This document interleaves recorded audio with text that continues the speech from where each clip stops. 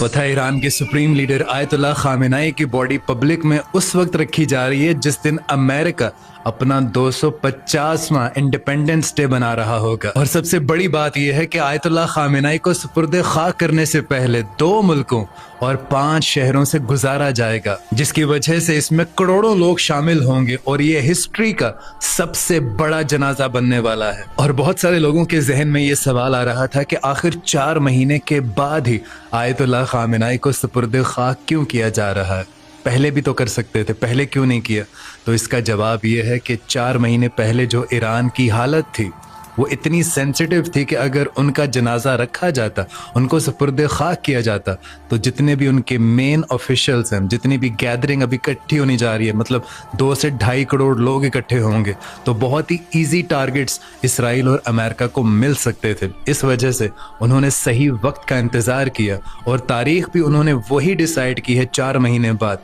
जिस दिन अमेरिका 250वां से इंडिपेंडेंस डे बना रहा होगा। और भाई ये जनाजा इतना बड़ा होने वाला है कि सबसे पहले ये ईरान की सरहद पार करके इराक को पहुंचेगा और फिर नजफ इंटरनेशनल एयरपोर्ट पर इसकी ऑफिशियल रिसीविंग होगी और उसके बाद ये काफिला नजफ और करबला में होगा और फिर इसके बाद जुलूस होगा और फिर मशहद में इमाम रजा की शराइन के करीब आयतुल्लाह खामेनाई को सुपुर्द खाक कर दिया जाएगा। और भाई इतने बड़े जनाजे को मैनेज करने के लिए तेहरान में 600 से ज्यादा ओवर हीटिंग स्प्रिंकलर लगाए गए हैं जो भीड़ को ठंडा रखेंगे और तकरीबन 700 से ज्यादा नई पार्किंग की जगह अलॉट की गई है और प्राइवेट गाड़ी का उस जनाजे उस जुलूस के करीब आना मुकम्मल तौर पर बैन कर दिया गया है और 30 से ज्यादा मुल्कों के ऑफिशियल्स, उनके डेलीगेशंस इस जनाजे में शमूलियत इख्तियार करेंगे। और यार ये ईरान वाले ना कोई भी मौका हाथ से जाने नहीं देते। जैसे ही सऊदी अरब का डेलीगेशन सैयद आयतुल्लाह खामेनाई को सलाम पेश करने के लिए आता है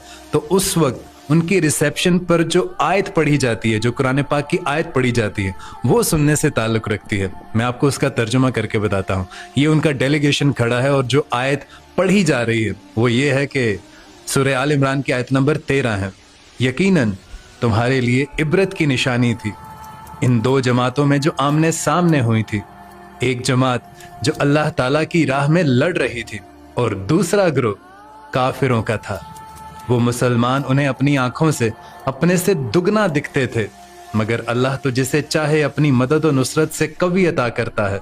यकीनन इसमें आंख रखने वालों के लिए बड़ी इबरत है। यानी ये वो आयत की सिलेक्शन है कि जिस तरह सऊदी अरब बिल्कुल साइलेंट मोड पर चला गया था, किसी भी किस्म की हेल्प उन्होंने ईरान की नहीं की थी बल्कि उल्टा अमेरिका की हेल्प कर रहे थे, ये आयत सीधा सीधा उन्हें टारगेट कर रही थी।